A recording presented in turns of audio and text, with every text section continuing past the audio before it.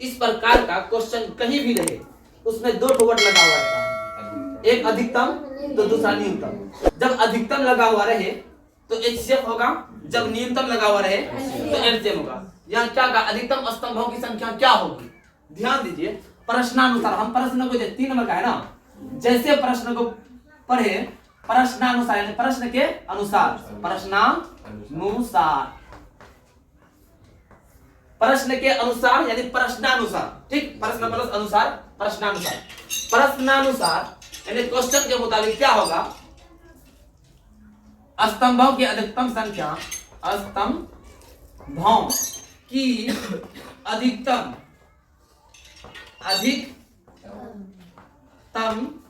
संख्या ज्ञात करने के लिए, संख्या ज्ञात करने के लिए दी गई संख्या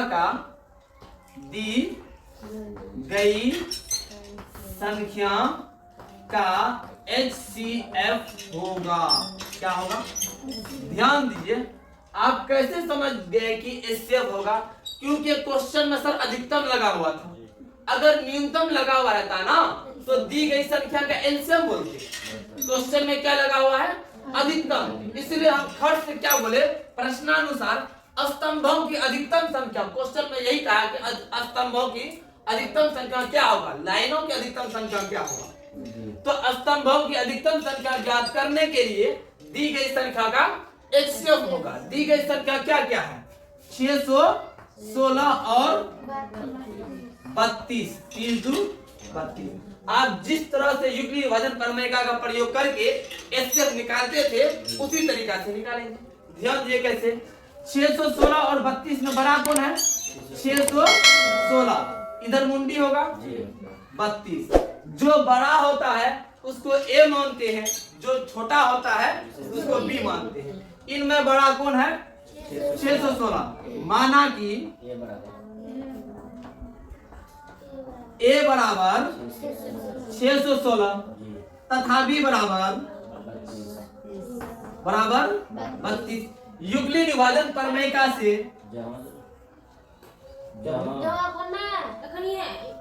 क्या हुआ, नहीं, यूक्लिड विभाजन प्रमेयिका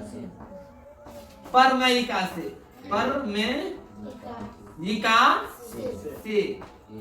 युगली विभाजन प्रमेय का क्या कहता है, यही कहता है कि A बराबर BQ प्लस R। युगली विभाजन प्रमेय का क्या कहता है, A बराबर BQ प्लस R। ध्यान दीजिए बाबू, जैसे क्वेश्चन को हम पढ़े वहां अधिकतम वर्ड जैसे देखे, अधिकतम वर्ड को लेकर के मेरा दिमाग में ये ख्याल आ गया, HCF वाला। प्रश्नानुसार स्तंभों की अधिकतम संख्या ज्ञात करने के लिए दी गई संख्या का HCF होगा। दी गई संख्या क्या क्या है, 616 है, दूसरा 32 है। 616 और 32 में बड़ा कौन है, 616 है और 32 छोटा है। आप तो छोटा क्लास में पढ़ चुके ना, अगर इधर 15 लिखा हुआ रहता है, इधर 10 लिखा रहता है, यूज करो ग्रेटर देन, लेस देन और इक्वल, तो इसमें आप खास ये यूज करते थे ना, इस प्रकार का यूज करते थे। इसी तरह 616 और 32 में बड़ा कौन है, 616, तो 616 की तरफ मुंडी हो गया। अब जो बड़ा होता है उसी को हम लोग क्या मानते हैं, A मानते हैं। जो छोटा होता है उसको क्या मानते हैं, B मानते हैं। इसीलिए बोले माना कि A बराबर 616 तथा B बराबर 32। युगली विभाजन एल्गोरिथ्म का प्रयोग करके आप HCF निकालिए। HCF निकालने का एक भाग विधि भी है। कौन विधि है, भाग विधि भी। इस तरह निकालते थे, 15 और 10 का HCF निकालो तो इस तरह निकालते, 10 एकम 10, 5 5 दूनी 10, इस प्रकार से HCF निकालते। HCF हो गया 5। भाग विधि से निकालते थे, लेकिन यहाँ भाग विधि से निकालने के लिए नहीं कहा है, यहाँ विधि लगा दिया। कौन सा विधि, युगली विभाजन एल्गोरिथ्म। तो युगली विभाजन प्रमेय एक दिया था, वो प्रमेय क्या था, A बराबर BQ प्लस R। ये तो रट लेना है, A बराबर BQ प्लस R, A बराबर BQ प्लस R। जहां R के लिए कुछ कहा है, R इक्वल और greater than 0 but less than B, यानी R का मान जो है वो 0 के बराबर या बड़ा होनी चाहिए, लेकिन B से छोटा होनी चाहिए। R का मान 0 के बराबर या बड़ा होनी चाहिए, लेकिन B से छोटा होनी चाहिए। ठीक, अब ध्यान दीजिए, अब A भी आपको पता है बी भी पता है। क्या आपको आर पता है? नहीं पता। ध्यान से चलिए। स्टेप 1, स्टेप 1 में क्या होगा? ए बराबर बी क्यू प्लस आर। ए आपको पता है ना जी? लेकिन 6 से 16 बराबर है, तो बराबर। बी भी आपको पता है 32 गुना। अब क्यू का मान कैसे निकालते हैं? ध्यान दीजिए थोड़ा सा। क्यू का मान, आर का मान आपको निकालना होता है, ठीक। बड़ा कौन है? 616 भाग किससे देना? 32। 32 का महाल कै बार पढ़िएगा? भाग दीजिए, इस तरह भाग देते हैं, 61 आ जाए। 32 एकम 32 दूना 64 हो जाता है ना? 32 घट क्या आएगा? 9। 11 में से 2 जाए 9 ही बचेगा ना? ठीक।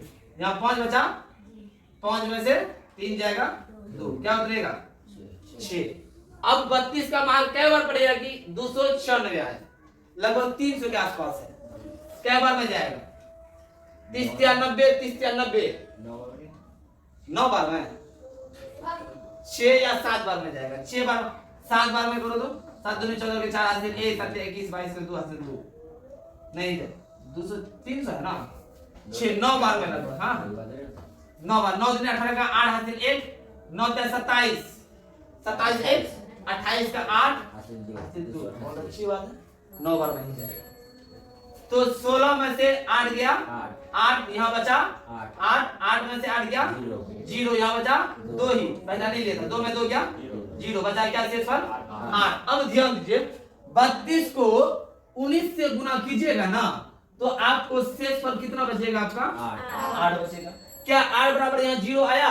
जब r बराबर 0 नहीं आएगा, बोलेंगे r naught is equal to 0, ठीक।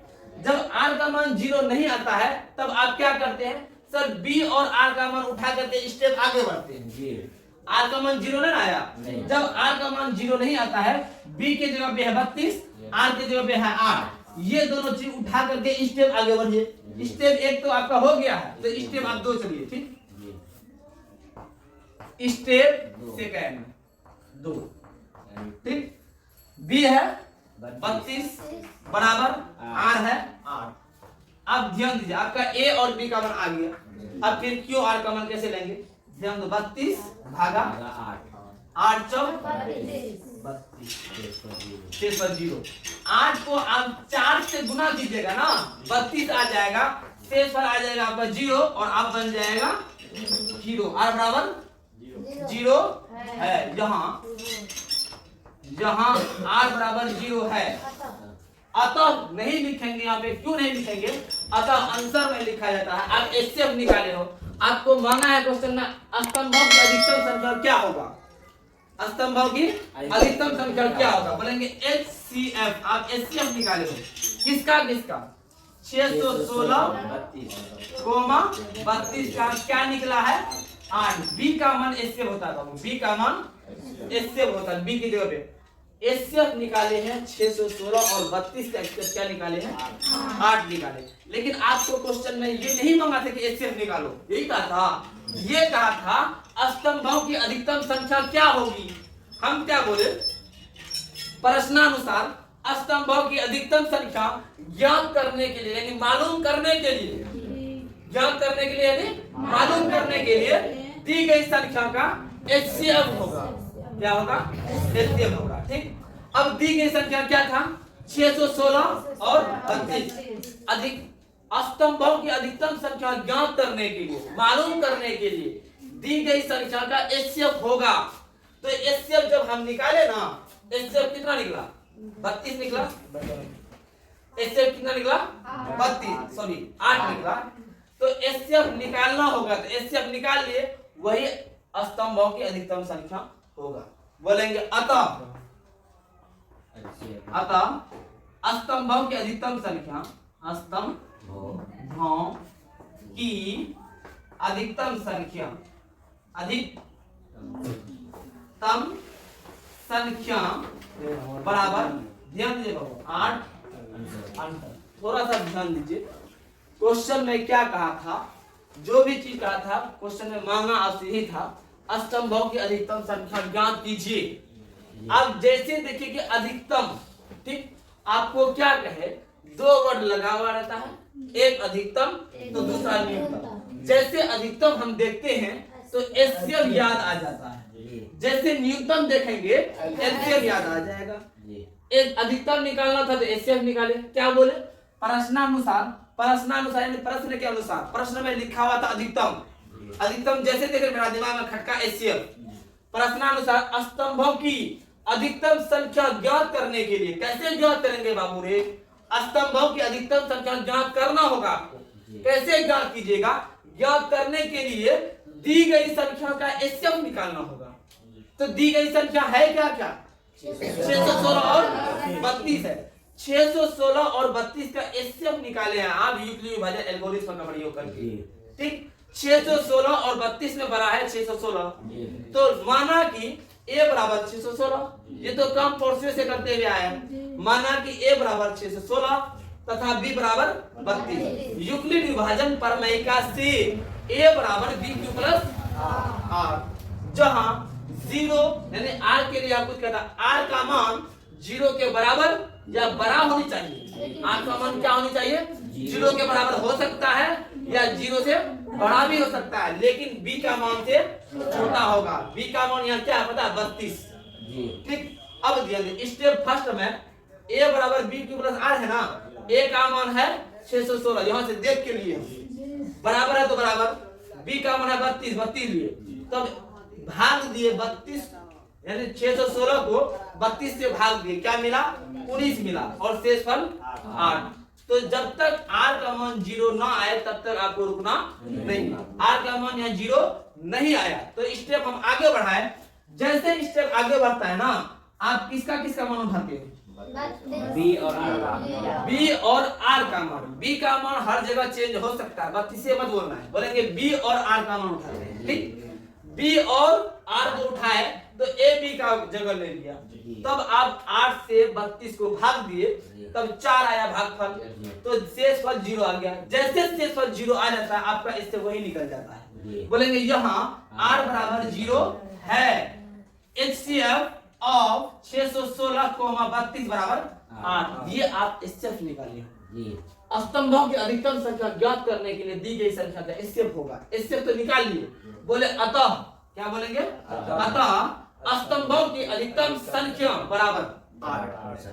आंसर 8 लाइन आप बना सकते हैं।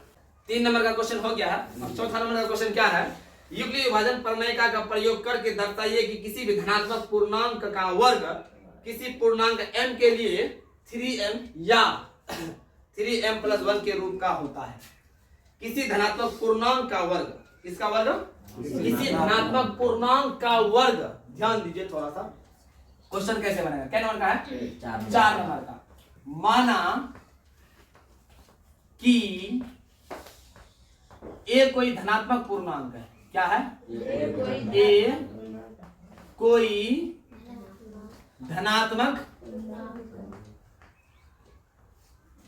पूर्णांक है, धनात्मक पूर्णांक है, तथा b यहां से लिखिए 3m बोला ना, 3m प्लस 1। अब थोड़ा सा ध्यान दीजिए, इससे पहले आप 6q plus 1, 6q plus 3, 6q plus 5 ये चीज प्रूव कर चुके हो, है ना। अभी क्या बोला है, 3m या 3m प्लस 1। जब आप यहाँ b का मान 6 लिए थे, इस सिचुएशन में b का मान यहाँ क्या लीजिएगा, 3 बोलेंगे, तथा b बराबर 3। ठीक, अब थोड़ा सा ध्यान दीजिए, इसी धनात्मक पूर्णांक के लिए अब वर्ग यूक्लिड विभाजन प्रमेयिका से, यूक्लिड विभाजन प्रमेयिका से, प्रमेयिका से क्या होता है, a बराबर bq प्लस r। जहां लिख दो, हर जगह लिखना जरूरी नहीं है, लिखते हैं तो थोड़ा सा याद होता है। r बराबर 0 या greater than 0 but less than b। r का मान 0 के बराबर या बड़ा होनी चाहिए, लेकिन b से छोटा होनी चाहिए। ठीक, अब ध्यान दें, किसी धनात्मक पूर्णांक का वर्ग, आप क्या बोले हो, माना कि a कोई धनात्मक पूर्णांक है, आप धनात्मक पूर्णांक किसको माने हो? ए को माने हो ना। ए धनात्मक पूर्णांक है, अब उसको वर्ग करो। वर्ग मतलब स्क्वायर करो, स्क्वायर लगाओ, पावर दो। अगर आप इधर स्क्वायर लगाते हैं ना, इधर चिल्लाता है मेरे तरफ भी स्क्वायर लगाओ। अगर किसी आदमी को दो बेटा है, दोनों बेटा का हक बराबर है ना जी। एक आदमी को कुछ दोगे, दूसरा आदमी को भी वही चीज देना पड़ेगा। अगर बराबर से पहले इधर स्क्वायर आप लगा दिए, इधर भी स्क्वायर लगाना पड़ेगा। ठीक, अब यहाँ जब स्क्वायर हम लगाए ना, पूर्णांक वर्ग कर रहे थे, माना कि ये कोई धनात्मक पूर्णांक है, लेकिन क्वेश्चन में क्या है, धनात्मक पूर्णांक का वर्ग। तो ये धनात्मक पूर्णांक है, इसका वर्ग कर रहे हैं। जैसे 5 कोई संख्या है, इसका वर्ग क्या होता है? 5 का वर्ग 25। 5 से स्क्वायर, ये इसको स्क्वायर भी बोल सकते हैं, वर्ग भी बोल सकते हैं। ठीक, इंग्लिश में स्क्वायर, हिंदी में वर्ग। ठीक, 6 का वर्ग, 6 स्क्वायर मतलब 36 ऐसे होता है। उसी तरह ए का वर्ग, ए स्क्वायर लगा दो, ए गुना ए जो होते रहेगा, मान निकलने के बाद ताल लगेगा। जब इधर स्क्वायर लगाए, वर्ग लगाए, इधर चिल्ला रहा कि इधर भी लगाइए, तो इधर भी लगा दिए। जब इधर लगाए ना, a प्लस बी का होल स्क्वायर के रूप में आ गया। a प्लस बी का होल स्क्वायर क्या होता है, आपको लिख देते हैं बगल में।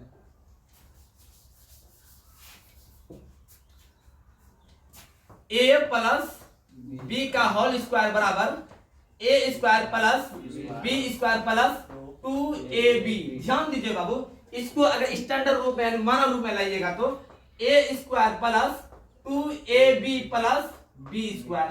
थोड़ा सा ध्यान दीजिए, a प्लस बी का होल स्क्वायर ये लिखिए या ये लिखिए, बात एक है। कैसे, ध्यान दो, a square plus B square plus 2ab। यहाँ क्या लिखा गया, a square plus 2ab plus B square, यानी ये तो पहले लिख लिया गया, ये तो बाद में लिख लिया गया।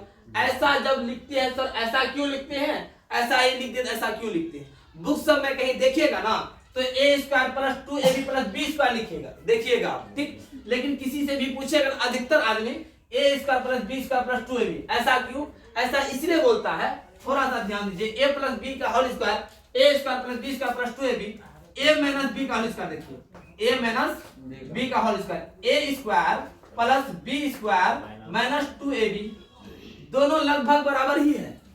a प्लस बी का होल स्क्वायर रहे या a माइनस बी का होल स्क्वायर रहे, a प्लस बी का होल स्क्वायर रहेगा a square plus B square, a minus B का होल स्क्वायर रहेगा a square plus B square. यहां तक तो सेम ही है, दोनों में अंतर है, एक जरा भी अंतर नहीं है।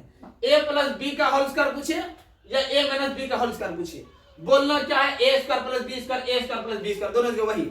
अगर प्लस बोला प्लस 2ab, माइनस बोला minus 2ab। a plus B का होल स्क्वायर पहले आंख बंद करके a square plus B square बोल देना। ठीक, अब प्लस 2ab बोला है ना, प्लस a प्लस बी बोला है ना, तो प्लस 2ab बोल देना। अगर माइनस बोलता तो माइनस 2ab बोल देते। ठीक, a प्लस बी का whole square, a minus B का whole square, a square plus B square, यहां भी a square plus B square. अगर प्लस है, इधर देखिए प्लस है तो प्लस 2ab, माइनस है माइनस 2ab है, दोनों चीज सेम ही। एक जगह प्लस है तो दूसरा जगह माइनस है, जहां भी प्लस यहाँ भी माइनस। a प्लस बी का whole square, a square plus B square, a minus B का whole square, a square plus B square, दोनों जगह प्लस। यहाँ प्लस है तो प्लस 2ab, माइनस है तो माइनस 2ab। यहाँ देखो a प्लस बी का होल स्क्वायर है ना, a का मान है b क्यू। ठीक, अब थोड़ा सा b का मान तो आपको पता है ना, b का मान क्या है 3। अब ध्यान दे, a स्क्वायर बराबर 3q लिख सकते हैं आप। b का मान आपको पता है ना, b के जगह पे आप 3 रख दिए हैं, उससे कोई हर्जा नहीं होगा। ठीक, प्लस r का स्क्वायर। अब आपको पता है a का मान है 3q और b का मान है r। अब a प्लस b का होल स्क्वायर नहीं हो गया।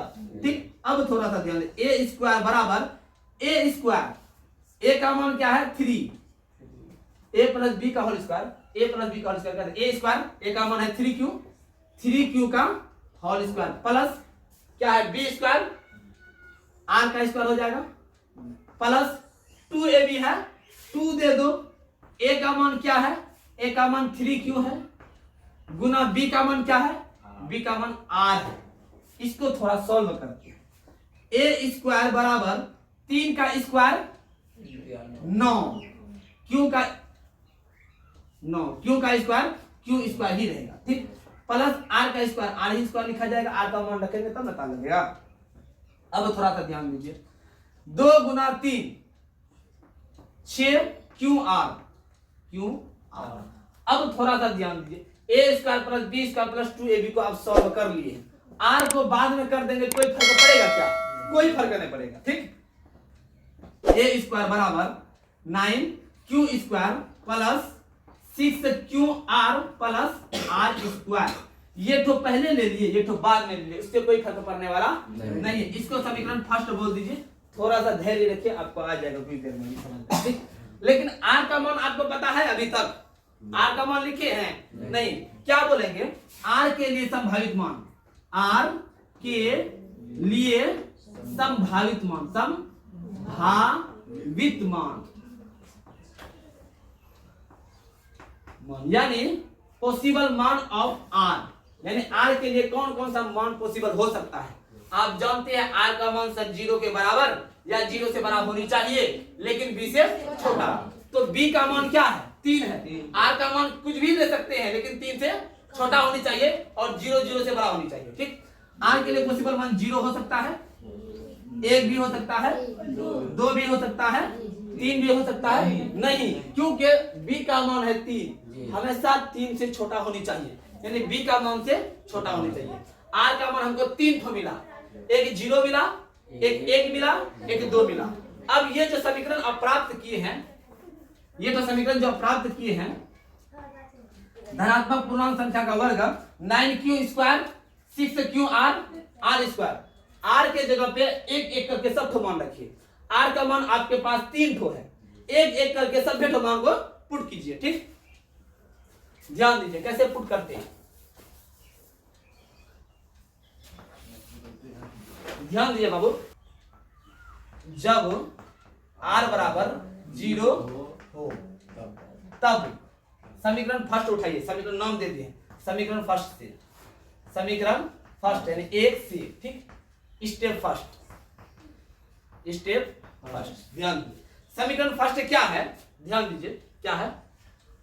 ए स्क्वायर बराबर 9q square plus 6q are है ना, आर का मान आप क्या रख रहे हैं? 0। 6q गुना 0 प्लस आर स्क्वायर है ना, यानी 0 का स्क्वायर। अब इसको थोड़ा सा सॉल्व कीजिए आप। ए स्क्वायर बराबर 9 गुना 9q स्क्वायर, 9q स्क्वायर ही रहेगा, प्लस 6q गुना 0, 6q गुना 0 रहेगा। दुनिया में कोई भी संख्या को 0 से गुना कीजिएगा ना 0 हो जाएगा। 100 को 0 से गुना कीजिएगा 0, 800 को 0 से गुना कीजिएगा 0, आपको 0 से गुना कर देंगे आप भी 0 हो जाइएगा। ठीक, उसी तरह 6q को 0 से गुना करेंगे तो 0 प्लस 0 का स्क्वायर। ठीक है, अब थोड़ा सा ध्यान दो।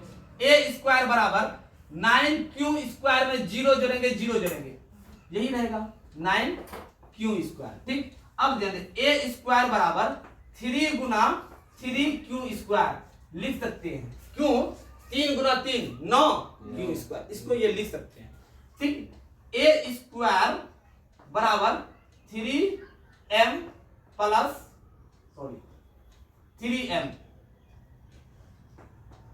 जहां m बराबर 3q स्क्वायर, m बराबर 3q स्क्वायर, 3q स्क्वायर के जगह पे m रख दिए, a स्क्वायर बराबर 3m, इसको पहले नोट करो। यहाँ पे खत्म बेलो। देखो बहुत अच्छी बात है, अगर आप सवाल करते हैं, मान लीजिए सर 0 की जगह 2 रहता, 3 रहता, कुछ भी रहता, 2 ले लेते। 2 का स्क्वायर का मतलब क्या है? 2 गुना 2 तब 4 होता है। उसी तरह 0 का स्क्वायर है ना, तो 0 का स्क्वायर मतलब 0 गुना 0, 0 गुना 0, 0 आ गया। ठीक है, अगर 2 रहता तो यह 4 आ जाता। क्या बोला कि कोई भी धनात्मक पूर्णांक संख्या का वर्ग 3m या 3m प्लस 1 के रूप में होता है। हम क्या बोले? माना कि a कोई धनात्मक पूर्णांक है, ठीक, तथा b 3, b बराबर 3, यूक्लिड विभाजन प्रमेय से a बराबर bq प्लस r होता है ना, यहाँ लिखिए तो a बराबर bq प्लस r। दूसरा स्टेप में हमको स्क्वायर करना चाहिए था, वही कर दिया, इससे कोई फर्क पड़ने वाला नहीं, ये लोगों को कोई फर्क नहीं पड़ेगा। अब ध्यान दो, धनात्मक पूर्णांक संख्या का वर्ग पूछा था, लेकिन हम a को धनात्मक पूर्णांक संख्या माने हैं, वर्ग थोड़ी ना है। जब a धनात्मक पूर्णांक संख्या है इसका वर्ग कर दो तो a धनात्मक पूर्णांक संख्या का वर्ग हो गया। जब इधर वर्ग किए तो इधर भी वर्ग करते हैं। अब ध्यान दें, बराबर का एक साइड में जो चीज करोगे उस साइड में भी वो चीज करना पड़ेगा, तब ये बराबर होगा। x बराबर y है, इधर 8 से गुना कीजिएगा तो इधर भी 8 से गुना करना पड़ेगा, तब ये बराबर होगा, वरना गलत हो जाएगा। दोनों तरफ से बराबर चीज से गुना भाग इस तरह करते हैं, ठीक। तो a स्क्वायर बराबर इधर वर्ग किए तो इधर भी वर्ग कर दिए, ठीक। दोनों तरफ वर्ग करने पर दोनों तरफ वर्ग कर दिए तो a स्क्वायर बराबर a square plus b square plus 2ab। a square a का मान क्या है 3q का square plus b square b का मान है r का square plus 2ab plus 2 a का मान है 3q दे दिए इंटू b का मान है r तो r दे दिए। ध्यान दीजिए क्या बोले, a का मान 3q है, हाँ a का मान 3q है तो 3q का स्क्वायर, b का मान तो ये होगा a स्क्वायर, a का मान हमको मालूम है ना। ध्यान दीजिए b का मान 3q b मान, हाँ एक मिनट, आपको ये 3q जो है ना b है, लेकिन ये फॉर्म जो बना 3q plus r, 3q plus r, ये किस फॉर्म में है थोड़ा सा ध्यान दीजिए। a प्लस b का होल स्क्वायर होता है, ठीक। a प्लस b का होल स्क्वायर यहाँ नहीं है, a प्लस b का whole square a square plus b square plus 2ab, ठीक। ये जो होता है ये तो b का मान है युग्मी भाजन प्रमेय का में, लेकिन 3q प्लस या 3q प्लस r जो इसका जब होल स्क्वायर किया ना, ये किस रूप बन गया, a प्लस b का होल स्क्वायर के रूप में बन गया। ये फार्मूला में हम तोड़ रहे हैं, इस तरह का फार्मूला रहता ना, इसका स्क्वायर प्लस इसका स्क्वायर प्लस 2 ये बात बोलिए, इसका स्क्वायर प्लस इसका स्क्वायर प्लस 2, हाँ ए स्क्वायर को भूल जाना। तो ए स्क्वायर यहाँ ए का मान ये रखो दो, समझ लो कुछ समय के लिए, तो 3q का स्क्वायर प्लस r का स्क्वायर प्लस 2ab इस जगह का मान बोल रहे हैं। अब इसे pq ही ले लो, कोई फर्क पड़ने वाला नहीं, pq का होल स्क्वायर pq इसका प्लस pq नहीं। अब ध्यान दो a स्क्वायर बराबर 9q कैसे हो गया, 3 का स्क्वायर 9, 3 3 9, q का square q square 9q square plus r का स्क्वायर r स्क्वायर प्लस 2 गुना 3 6 q गुना r qr 6qr हो गया। अब थोड़ा सा ध्यान दो, हम क्या किए यहाँ पे 6qr को पहले लिखे हैं, r स्क्वायर को बाद में लिखे हैं, तो a स्क्वायर बराबर 9q स्क्वायर प्लस 6qr पहले लेते आए, r स्क्वायर को बाद में रख दिए, इसको समीकरण फर्स्ट बोल दिए, ठीक। r के लिए संभावित मान, r का मान क्या क्या हो सकता है, 0 हो सकता है, 1 हो सकता है, 2 हो सकता है, 3 इसलिए नहीं हो सकता है, बोलता है r का मान b से हमेशा छोटी होनी चाहिए, b का मान है 3 इसलिए 3 से छोटा ही लिए, ठीक। अब देखो जब एक एक करके r का मान सब रखेंगे, अब ये r का मान हम सिर्फ 0 रख रहे हैं, बोले जब r बराबर 0 हो तब क्या होने वाला है, समीकरण फर्स्ट यही लिखता है a स्क्वायर बराबर 9q स्क्वायर प्लस 6qr था ना, r के जगह पे हम 0 पुट कर दिए, प्लस r स्क्वायर था ना, 0 का स्क्वायर लिख दिए, r का मान है 0 तो 0 का स्क्वायर लिख दिए। अब ध्यान दो a स्क्वायर है तो a स्क्वायर बराबर है तो बराबर 9q स्क्वायर 6q गुना 0, दुनिया में कोई भी संख्या को 0 से गुना कीजिएगा ना तो वो 0 बन जाएगा, 1000 को 0 से गुना कीजिएगा तो 0 बन जाएगा, किसी को भी 0 से गुना कीजिए 0 बन जाएगा, इसीलिए 6q को 0 से गुना किए तो 0 बन गया, 0 का स्क्वायर 0 यानी 0 गुना 0 0, ठीक। अब a स्क्वायर बराबर 9q स्क्वायर में 0 जोड़ेंगे, दुनिया में कोई भी संख्या में 0 जोड़ेंगे, मान बदलेगा वही रहेगा, जोड़ने पर मान लिया अगर तुम्हारे पास 10 टका था, हम 0 टका मतलब अकोट का नहीं दिए, नहीं दिए तो वही ना होगा जी, या अकोट का नहीं दिए, 0 जोड़ो या 0 घटाओ उससे कोई फर्क पड़ने वाला नहीं। a स्क्वायर बराबर 9q स्क्वायर में 0 जोड़ रहे हैं, 2 0 जोड़ रहे हैं, इससे क्या फर्क पड़ने वाला, 9q ही रहेगा, लेकिन 3m के रूप में लाना है, 9 को हम 3 गुना 3 लिख दिए, क्या लिख दिए 3 गुना 3 लिख दिए, तो 3q स्क्वायर यहाँ हो गया, 3 को 3 लिखे, 3q स्क्वायर के जगह पे m रख दिए, इसलिए बोले m बराबर 3q स्क्वायर, m बराबर 3q स्क्वायर, 3q स्क्वायर जहां जहां रहेगा ना वहां m डाल देंगे, तो 3q स्क्वायर यहाँ था, यहाँ m डाल दिए, 3m आ गया, ठीक, 0 रखे तो अब r का मान क्या रखेंगे, ध्यान दो इसको आप निकाल, क्या बोलेंगे जब r बराबर 1 हो तब क्या होगा, ध्यान दीजिए समीकरण फर्स्ट से उठाओ, समीकरण फर्स्ट से समीकरण फर्स्ट क्या कहता है ए स्क्वायर बराबर 9q square plus 6q r plus r square यही कहता है ना। अब r के जगह पे एक रखो, जहां जहां r देखते हो ना r को गोली मार के भगाओ एक रख दो, ठीक। ध्यान दो ए है यहाँ पे ए स्क्वायर लिखो, देख देख के लिख रहे हैं। यहाँ r है 9q स्क्वायर प्लस यहाँ r है r के r ना यहाँ पे ए है 6q गुना 1 प्लस 1 का स्क्वायर r स्क्वायर है तो 1 स्क्वायर हो गया, ठीक। अब ध्यान दो ए स्क्वायर बराबर 9q स्क्वायर ही रहेगा प्लस 6q गुना 1।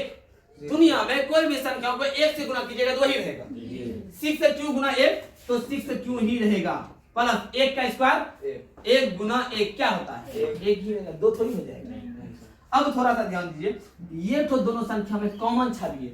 कॉमन किसको बोलते हैं जो दोनों के पास है, जो दोनों के पास है। आपको 3m लाना है ना तो 3 कॉमन ले लीजिए, ए स्क्वायर बराबर 3। अब जब यहाँ 3 से ले लीजिएगा, यहाँ क्या चीज से गुना कीजिएगा 9 हो जाएगा, 3 से क्यों नहीं लिए तो क्यू स्क्वायर रहने दीजिए प्लस यहाँ क्या लिखिएगा कि गुना होके 6 हो जाएगा 2, ठीक। क्यू प्लस 1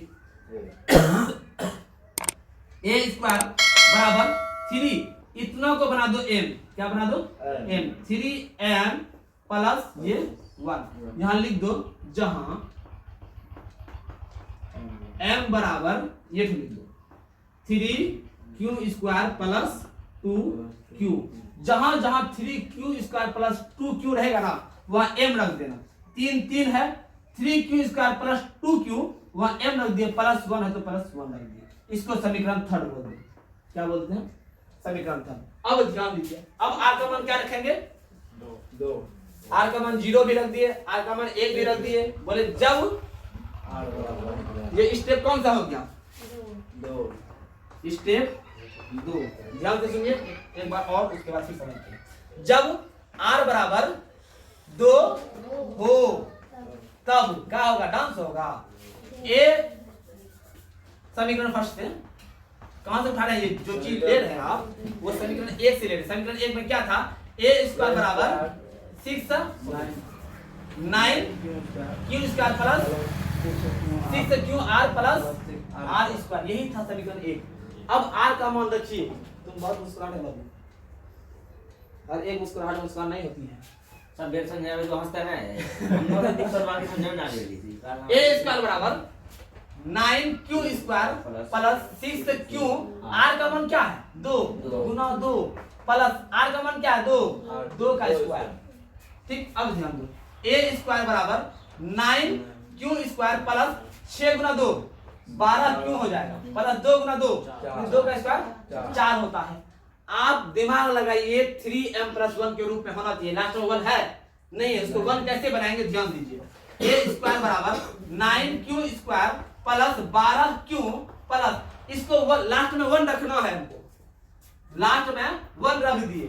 अब 4 में 1 को हटा दो कितना बचेगा 3 प्लस 1 4 होता है, इसीलिए हमको लास्ट में 1 लाना था इसलिए 1 कर दिए।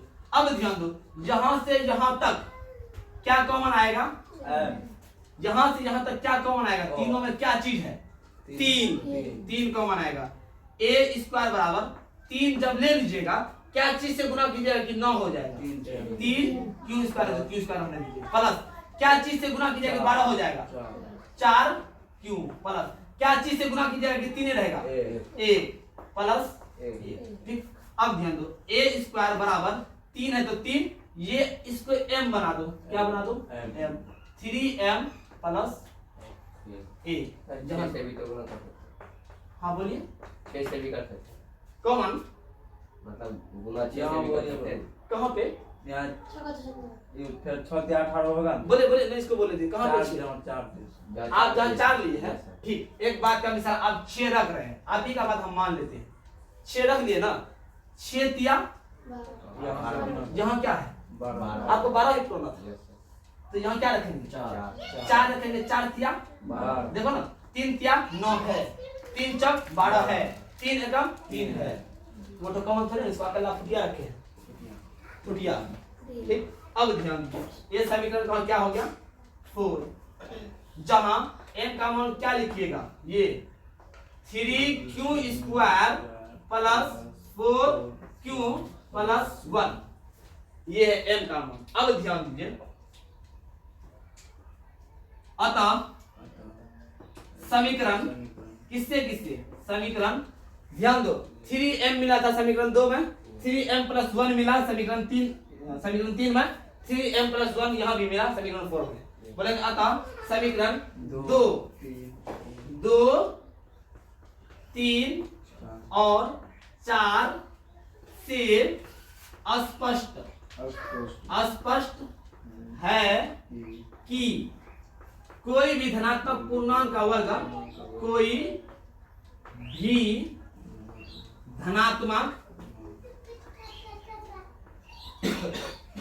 पूर्णांक का वर्ग 3m या 3m प्लस 1 के रूप का होता है, के रूप का होता है। ध्यान दीजिए, थोड़ा सा हो गया, इसको फ्रेश में लिख देते हैं, लिख लीजिएगा। यहाँ क्या लिखा, अतः समीकरण 2, 3 और 4 से स्पष्ट होता है कि कोई भी धनात्मक पूर्णांक का वर्ग 3m या 3m प्लस 1 के रूप का होता है। ध्यान से समझिए बाबू, आप 0 रख लिए थे, 1 नहीं रखे थे, है ना, 1 यहाँ रखे, 2 यहाँ रखे। क्या बोले, जब r बराबर 1 हो तब आप समीकरण को उतार लिए, समीकरण 1 से, समीकरण 1 में 100 बना के रख दिए थे, टांग दिए थे कि a स्क्वायर बराबर 9q square plus 6q r plus r square होता है। अब जहां जहां अब r देखते हैं, r का मान वहां रखते हैं। अब ध्यान दीजिए, a स्क्वायर बराबर 9q square plus 6q r है ना, 6q r के जगह पे 1 रख दिए, प्लस r है ना, r के जगह पे 1 रख दिए, स्क्वायर है स्क्वायर लगा दिए, ठीक। अब a स्क्वायर बराबर 9q स्क्वायर प्लस 6q गुना 1, 6q ही रहेगा प्लस 1। अब ये दोनों हमें कॉमन, हमको 3m प्लस 1 लाना है। हमको क्या क्या चीज लेना है, 3m या 3m प्लस 1, यही दोनों चीज में एक चीज लाना है। तब यहाँ 3 नहीं देख रहे हैं, हम 3 को अलग से छांट लिए, यहाँ से भी 3 निकल सकता है, यहाँ से भी 3 निकल सकता है, यहाँ से थोड़े निकलेगा। इसके बाद 1 टका है, वो 3 टका दे पाएगा, नहीं दे पाएगा। तो ये दोनों जगह से 3 कॉमन ले लिए। जब 3 कॉमन ले लिए, 3 को 3 से गुना करेंगे 9, q स्क्वायर है, प्लस 3 को 2 से गुना करेंगे 6, q है तो q है, इतना को घेर दिए, प्लस 1 है। अब 3 इसको बना दिए, बोले m है, ये क्या है, ये m है, इसके जगह पे m रख दिए, प्लस 1 है तो प्लस 1 रख दिए, बोले जहां m बराबर 3q स्क्वायर प्लस 2q, ठीक।